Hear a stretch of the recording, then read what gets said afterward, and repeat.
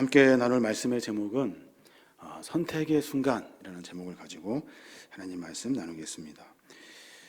여러분도 잘 아시겠습니다만 우리 인생에 수많은 선택의 순간을 만나게 됩니다. 이 선택을 잘하면 바른 길로 가게 되고 잘못하면 안 좋은 길로 이렇게 가게 되죠. 선택의 순간마다 어떤 기준이 있다면, 그리고 그 기준을 잘 알고 있다면 우리가 선택하는 순간마다 좋은 쪽으로, 선한 쪽으로 선택하겠죠. 근데 이 기준이 명확하지가 않다는 거죠. 또 사람마다 다 달라요. 그래서 이 기준을 발견하기도 어렵고 따르기도 쉽지 않아요. 그래서 인생의 선택의 순간이 제일 어렵다 하는 거예요. 그래서 갈등이라는 것 여러분 아시죠? 갈등의 나무가 두 나무인데 등나무 갈자와 칡나무 등자예요. 이 두 나무가 서로 엉켜 있는 것을 갈등이라고 하죠. 이것을 풀어내기 위해서 무엇을 하나 선택해서 잘라야 그 엉킨 것을 풀을 수 있대요. 제 또래하고 멀지 않은 선후배들과 작은 스터디 모임을 하고 있는데 책을 보고 주제를 가지고 이렇게 토론을 하는 모임이에요. 참 재밌게 오랫동안 이야기를 나누고 있는데 거기에서 함께 읽자고 하는 책이 한 권 있어서 소개해드리려고 해요. 쉐렌 키에르 케고르의 책인데 이것이냐 저것이냐라는 제목의 책이에요. 키에르 케고르가 쓴 책인데 이 사람이 누구냐면 덴마크 철학자이면서 신학자이기도 하고 사회 비평가이기도 하면서 실존주의 철학자예요. 뭐가 이렇게 복잡해요, 이 사람이. 여하튼 이 사람 말 중에 가장 유명한 말이 있는데 그 말이 뭐냐면 가장 행복한 사람이 누구냐 하는 거예요. 가장 행복한 사람. 그 사람이 누구냐고 하는 말에 키에르 케고르가 이렇게 말합니다. 태어나지 않은 사람이 가장 행복한 사람이다.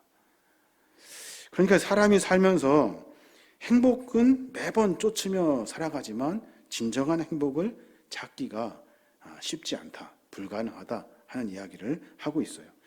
태어나지 않은 사람이 가장 행복한 사람이다. 참 흥미로운 철학자입니다.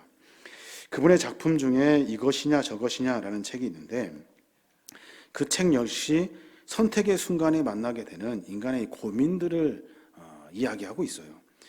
그 이야기를 조금 해드리자면 그 책은 두 권으로 돼 있어요. 한 권은 심미적 인간에 대한 어떤 상을 이야기하고 있고 또 두 번째 책은 윤리적 인간에 대한 이야기를 하고 있어요. 심미적 인간은 뭘 말하냐면 쉽게 말해서 쾌락적인 것, 눈에 보이는 것, 감각적인 것, 즐거운 것 이런 것들로 선택의 순간에 선택하며 산대요. 그러니까 매번 선택하는 것이 쾌락적인 것, 눈에 보기 좋은 것, 감각적인 것, 즐거운 것을 선택하며 산대요. 심미적인 것을 선택하는 사람이 꼭 만나게 되는 한 가지 딜레마가 있는데 그것이 뭐냐면 그것으로는 결코 만족할 수 없다는 거예요. 쉽게 말해서 금방 실증을 느낀대요.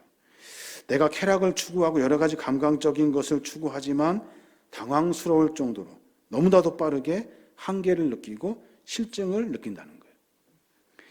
쉽게 말해서 예쁜 사람하고 결혼하고 싶고 잘생긴 사람하고 결혼하고 싶잖아요. 근데 그래서 예쁜 사람하고 결혼하면 평생 예쁠 걸 같죠.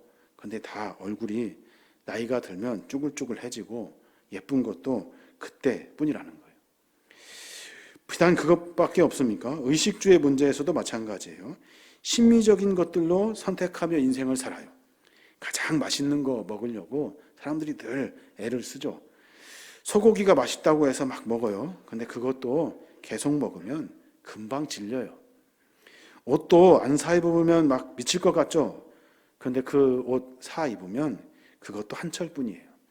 금방 질려버려요. 집도 최고 높은 아파트, 펜트하우스 같은 데서 살고 싶죠? 살았다 해도 그래도 그것도 한때뿐이에요.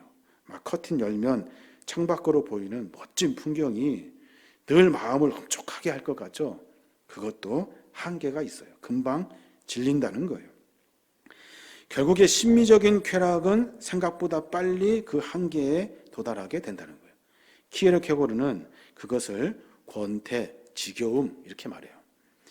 그곳에서 더 이상 새로움을 느끼지 못하고 권태를 느끼며 매일 반복되는 삶에서 지겨움을 느끼며 산다는 거예요. 심미적인 상황으로서 삶을 선택하는 사람들.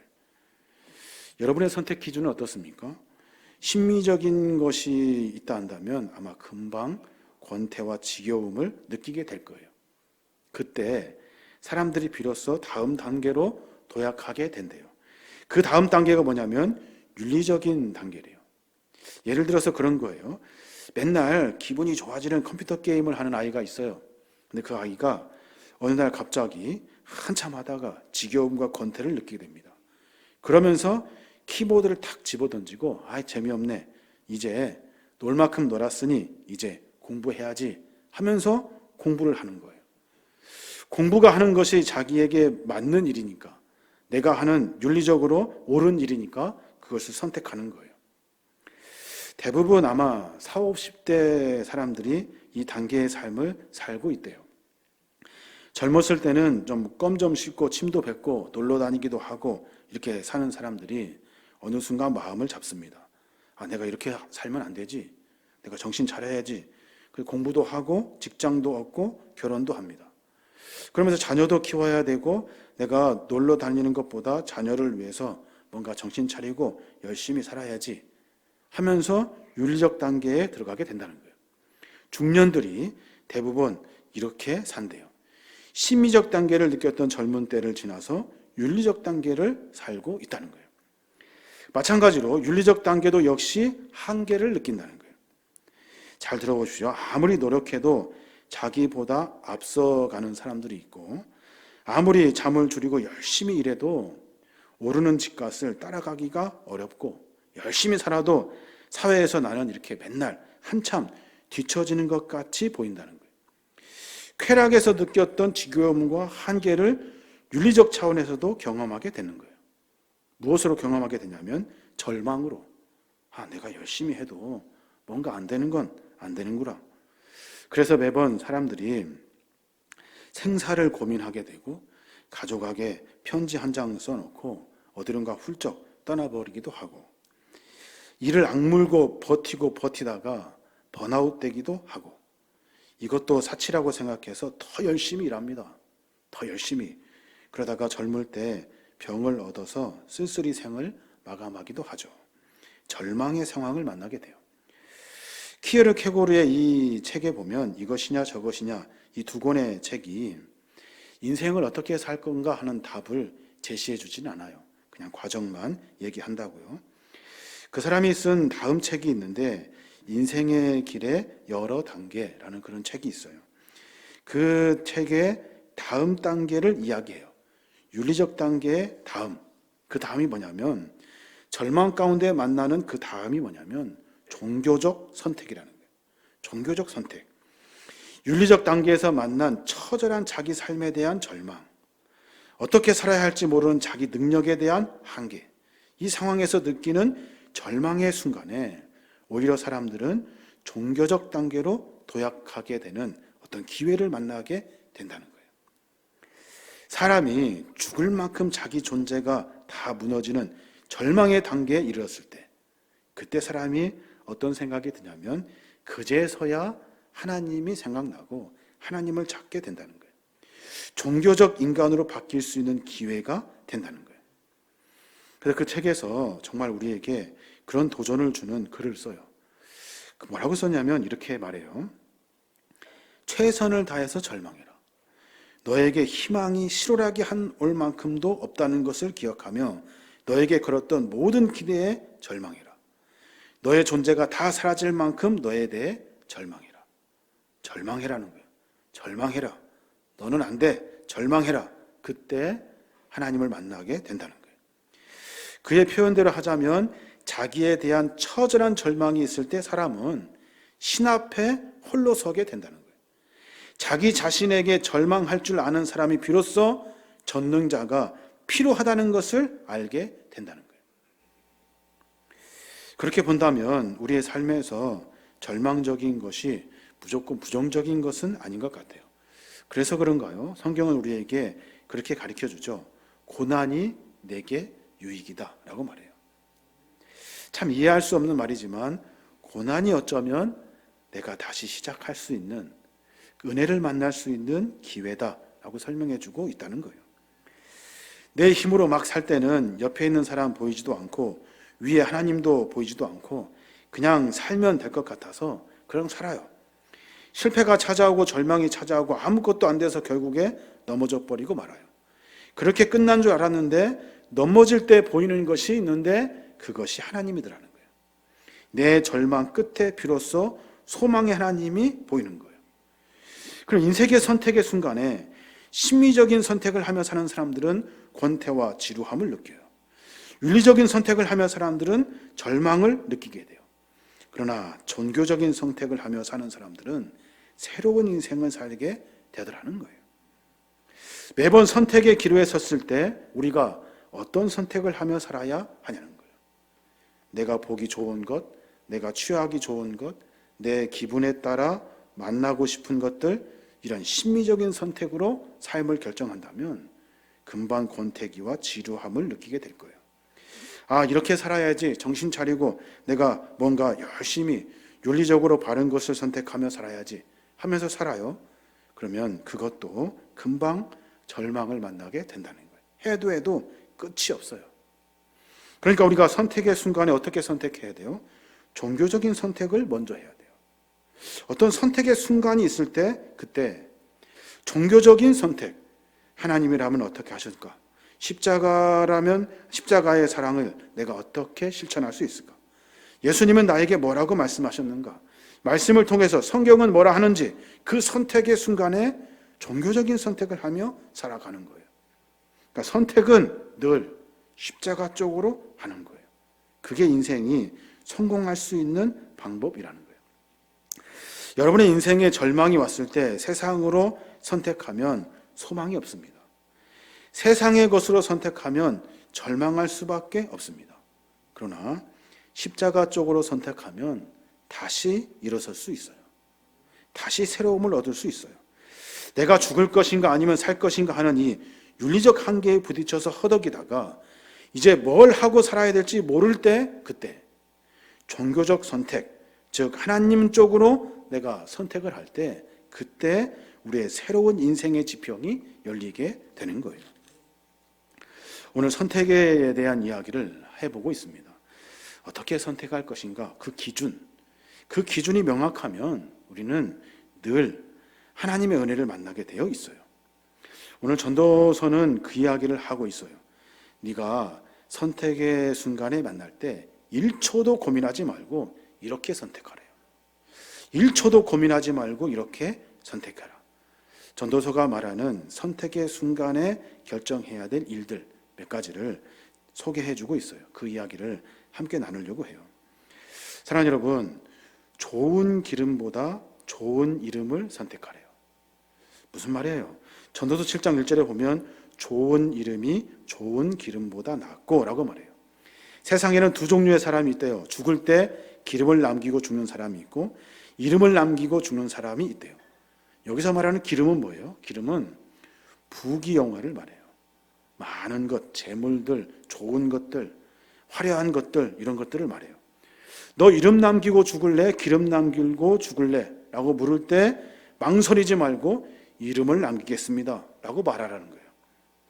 더 쉽게 말하면 호랑이는 죽어서 가족을 남기고 사람은 죽어서 이름을 남긴다 했어요. 오늘 우리가 읽었던 본문의 말씀 1절의 말씀의 해석이에요. 사람같이 살 거냐 호랑이같이 살 거냐 전도서는 묻고 있는 거예요. 너 곳간에 그 곳간에 많은 것들, 통에 많은 기름들 가득 채워놓고 이름도 없이 세상을 떠날 것인가? 그 기름을 팔아서 꼭 필요한 곳에 사용하고 좋은 이름을 남기고 세상을 떠날 것인가? 하는 것을 묻고 있다는 거예요. 뭔가 할 때 선택의 순간에 우리는 이름을 남기는 선택을 해야 한다는 거예요. 참 어려운 일인 것 같아요. 이름을 생각하니까 한 사람이 생각이 나요. 신약에 나와 있는 마리아라는 인물이죠. 값비싼 나드 향유 한 옥합을 예수님의 발에 그냥 콸콸콸 쏟아 붓습니다. 마리아가 어떤 사람인지 좀 찾아봐야 돼요. 마리아는 부모 없이 살아가는 어려운 여인이었죠. 당시에 부모도 없이 여자가 혼자 살 수 있는 유일한 방법은 뭐냐면 좋은 남편 만나는 거예요. 좋은 남편, 심리적인 선택을 한 거죠. 마리아도 그렇게 생각하고 좋은 남편 만나기 위해서 평생 열심히 일합니다. 그래서 결혼 지참금을 준비해요. 가장 비싼 향기로운 나드 기름 한 병. 얼마나 소중한 기름입니까? 그거 있으면 인생이 풀릴 것 같이 설명하고 인생을 그렇게 살았다고요. 근데 예수님이 자기 집에 오셨어요. 그런데 그 여인은 조금도 망설이지 않고 그 기름을 예수님께 그냥 콸콸콸 쏟아 붓습니다. 그 옆에 있는 제자들이 막 책망을 해요. 가룟 유다는 뭐라고 하냐면 이 아까운 걸 예수님한테 쏟아 붓냐고.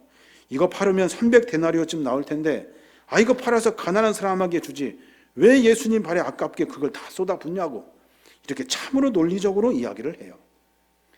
따지고 보면 가난한 사람을 가장 사랑하시는 분은 예수님이에요. 예수님이 이렇게 말하면 이해가 되겠는데 예수님은 그 여인이 하는 행동을 보고 뭐라고 말씀하시냐면 가만두어라. 저가 내게 좋은 일을 하였느니라 하고 말씀하셔요. 예수님이 이렇게 말씀하시는 이유는 그 여인은 지금 세상의 가치가 아니라 하늘의 가치를 가지고 삶을 살고 있다. 그 여인은 세상이 주는 것을 가지고 삶을 움켜쥐고 사는 것을 포기하고 이제 하나님이 원하시는 길을 선택하며 한 걸음 한 걸음 살아가고 있다라고 말해요. 그러면서 하시는 말씀이 뭐냐면 마태복음 26장 13절에 내가 진실로 너희에게 이르노니 온 천하 어디에서든 이 복음이 전파되는 곳에 이 여자가 행한 일도 말하여 그를 기억하라 라고 말해요. 복음이 전파되는 곳곳마다 이 여인의 기름이 아니라 이 여인의 이름을 기억해라 라고 말하고 있다는 거예요. 청년 바보 의사라는 책이 있어요. 참 감명 깊게 본 책인데 2006년 1월에 33세의 미혼 청년이 군대에서 유행성 출혈로 죽게 됩니다. 그 사람은 이 의사였거든요. 영락교회 다니는 청년이었어요. 의사였고 청년이 군대에서 유행성 출혈로 갑자기 죽게 됩니다.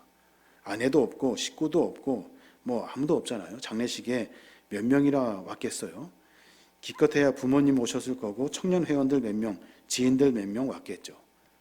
아무도 기억하지 않을 청년의 장례식이 열리는 그날 아침 사람들이 한 사람, 두 사람씩 장례식장을 찾기 시작합니다. 사람들의 발걸음이 멈출 기미가 보이지 않아요. 그때 모인 장례식에 몇 명이 참석했냐면 4,000명이 넘는 조문객들이 찾아왔대요. 몇 날 며칠을 그 청년의 죽음 앞에 눈물을 흘리는데 그날 와서 그 조문, 그 장례식에 참여한 사람이 누군가 봤더니 병상에 매트를 갈던 도우미 아주머니들, 병원 앞에서 구둑 닦았던 아저씨, 매점에서 물건을 팔던 아르바이트생, 청년에게 병 고침을 받은 여러 환자들, 그리고 우울증에 걸려서 힘들어할 때 찬송가 테이프 하나 건네받은 사람들, 모두가 다 그 청년에게 도움을 받았던 사람들이 무려 4,000명이 그 자리에 모였다는 거예요. 아무도 기억하지 않을 것 같은 젊은 청년 의사의 죽음이었지만 모든 사람들은 그 청년의 이름을 기억하고 모든 사람들은 그 청년을 그렇게 말하더라는 거예요. 그는 우리 곁에 온 예수님과 같았다. 우리 곁에 온 예수님과 같았다. 우는 소리가 나는 곳을 부지런히 찾아다녔던 그 사람, 그가 죽고 난 뒤에 3년 후에 책으로 그 이야기를 이렇게 썼는데 청년 바보 의사라는 책이 출간이 돼요. 청년 바보 의사, 바보도 이런 바보가 없죠. 그러나 그 바보로 살았기 때문에 그는 기름을 남기지 않고 이름을 남기게 된 거예요. 우리는 늘 선택의 순간에 살아갑니다. 무엇을 선택할까를 가지고 고민하죠. 내가 높아지는 자리, 내가 더 많이 얻는 자리, 내가 취할 수 있는 자리, 그리고 내가 최고가 되는 자리를 사람들은 선택하며 살아요. 그러면 삐뚤어진 거예요. 잘못된 선택을 하고 있는 거예요. 성경은 우리에게 그렇게 가르치지 않아요. 선택의 순간에 십자가를 선택하고 신앙을 선택하는 거예요. 하나님이 나에게 이 순간에 뭐라고 하시는지, 하나님은 말씀을 통해 나에게 뭐라고 선택하라고 가르치는지, 예수님은 나에게 어떤 삶을 보여주시는지, 선택하는 순간에 늘 종교적인 선택, 신앙을 선택하며 삶을 사는 거예요. 그래야 인생이 빤듯하게 되는 거예요. 또 하나 전도서 기자는 우리에게 한 가지 더 말해요. 뭐라고 말하냐면 잔치집보다 초상집을 선택하래요. 잔치집보다 초상집을 선택하라. 초상집에 가는 것이 잔치집에 가는 것보다 나으니 지혜자의 마음은 초상집에 있을 때 음해자의 마음은 혼인집에 있느니라. 이 구절 참 제가 좋아하는 구절이에요. 우리에게 너는 어떤 인생을 살았는가? 라고 하는 질문과도 같아요. 중요한 기준이 뭐냐요? 인생 살면서 어떤 것을 너의 삶의 중심에 두고 살았냐는 거예요. 너는 늘 잔치집에 가서 살았니? 너는 어려운 사람들의 아픔을 품어주며 살았니? 라고 주님이 묻고 계시는 거예요.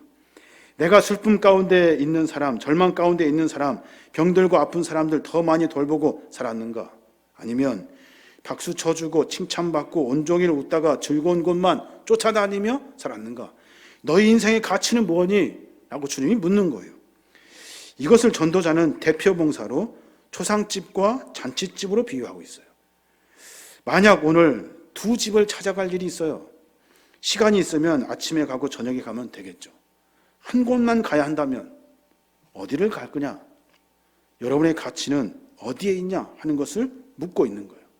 그때 묻지 말고 따지지 말고 우는 집에 찾아가는 거예요. 슬픔이 있는 곳에 찾아가는 거예요. 인생의 마지막에 하나님께 물으실 거란 말이에요. 너 잔치집 몇 번 갔나왔니? 묻을 거란 말이에요. 너는 우는 사람 손 몇 번 잡아줬니? 라고 물으실 거란 말이에요. 그때 뭐라고 얘기할 거냐? 예, 저는 인생 행복하고 즐겁고 좋은 것만 쫓아다니며 살았습니다. 그러면 그것처럼 비참한 것이 없어요. 주님의 마음은 거기에 있지 않아요. 예수님께서 이 땅에 오셔서 예수님이 가신 곳을 가만히 이렇게 체크를 해봤어요. 예수님은 가나 혼인 잔치집에 가셨어요. 잔치집에 가셨네, 예수님도. 그런데 여러분, 내용을 보면 모두가 웃을 때, 행복할 때 잔치집에 계신 것이 아니에요. 잔치집이 포도주가 떨어져서 초상집처럼 되었을 때 그때 주님이 처음으로 등장하신 거예요. 초상집 같은 분위기를 잔치집으로 바꾸어 주신 거예요. 그 뒤부터 쭉 보니까 죽었던 나사로의 집에 예수님이 가셨어요. 초상집에 가신 거예요. 야이로 회당장의 딸이 죽었을 때도 예수님이 쫓아가셨어요. 백부장의 여인이 죽었을 때도 그곳에 계셨어요. 베드로의 장모가 열병으로 죽어갈 때 예수님은 그곳에 찾아가셨어요. 혈류병에 걸린 여인의 몸이 죽은 자와 같이 되었을 때 예수님은 그 자리에서 그 여인을 고쳐주셨어요. 예수님의 눈물 흘리는 곳, 가슴 치는 곳, 멍들고 병든 곳을 열심히 찾아다녔다고. 인생의 가치가 예수님에게는 그거예요. 어렵고 힘든 사람들을 돕는 것. 근데 우리 선택은 어떻습니까? 우리 선택은 늘 나를 위한 거예요. 나를 위한 거. 그러니까 늘 그 선택이 틀리니 삐뚤어질 수밖에 없는 거예요. 기름을 남길 것인가, 이름을 남길 것인가? 우리는 늘 기름을 어떻게든 더 많이 남기려고 하죠. 거기에 가치가 없어요. 이름의 가치가 있는 거예요. 인생의 마지막 장례식에 사람들이 가득가득 모일 때 기름 보고 놀라서 모였다면 그 인생 헛산 거예요. 이름을 보고 놀라운 그 영광을 우리가 소유해야 하는 거예요. 삶의 가치의 기준이, 내 발걸음이 어디로 가냐 하는 기준이 나 높여주고 박수 쳐주고 돈 많이 벌고 이런 데 쫓아다닌다면 그 인생은 삐뚤어진 거예요. 슬퍼하고 애통하고 가슴 아픈 사람들의 마음을 달래주는 곳에 내 발이 먼저 가야 돼요. 그래야 옳은 선택을 하는 거예요. 신앙인뿐만 아니라 사람들은 선택의 순간을 만나게 됩니다. 그때 성경은 우리에게 뭐라고 가르치냐면 선택의 순간에 십자가를 바라보아라. 선택의 순간에 하나님을 바라보아라. 선택의 순간에 예수님이 우리에게 어떻게 사셨는지를 바라보아라. 그러면 옳은 선택을 할 수 있다고 가르쳐주고 있어요. 사랑하는 여러분, 오늘도 선택하는 일들이 참 많을 거예요. 인생은 선택의 연속이거든요. 그때마다 그 기준을 명확히 세우셔야 돼요. 어렵고 힘든 사람을 돌볼 수 있는 일, 가난하고 힘든 사람들을 내가 보듬어 줄 수 있는 일, 내 것을 많이 남기려고 하지 아니하고 가치를 남길 수 있는 믿음의 종들이 되어야 될 줄로 믿습니다. 우리의 삶을 다시 점검해 보셔야 돼요. 내가 삶 속에서 분명한 선택을 할 때, 그때 우리는 다시 일어설 수 있게 되는 거예요. 우리 모두가 다 그런 선택의 순간에 십자가를 선택할 수 있는 거룩한 믿음의 종들 되시길 주님의 이름으로 축원합니다.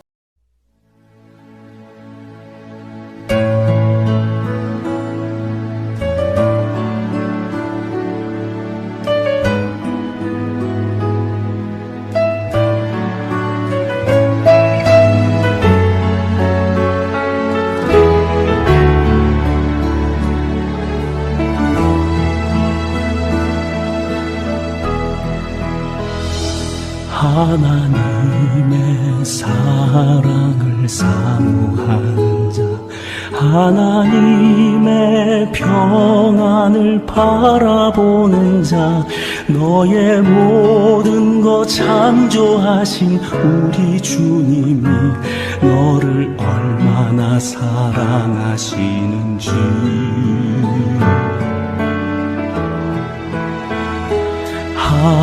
하나님께 찬양과 경배하는 자, 하나님의 선하심을 닮아가는 자, 너의 모든 것 창조하신 우리 주님이 너를 자녀 삼으셨네. 하나님 사랑의 눈으로 너를 어느 때나 바라보시고 하나님 인자한 귀로서 언제나 너에게 기울이시니 어두움에 밝은 빛을 비춰주시고 너의 작은 신음에도 응답하시니 너는 어느 곳에 있든지 주를 향하고 주만 바라볼지라.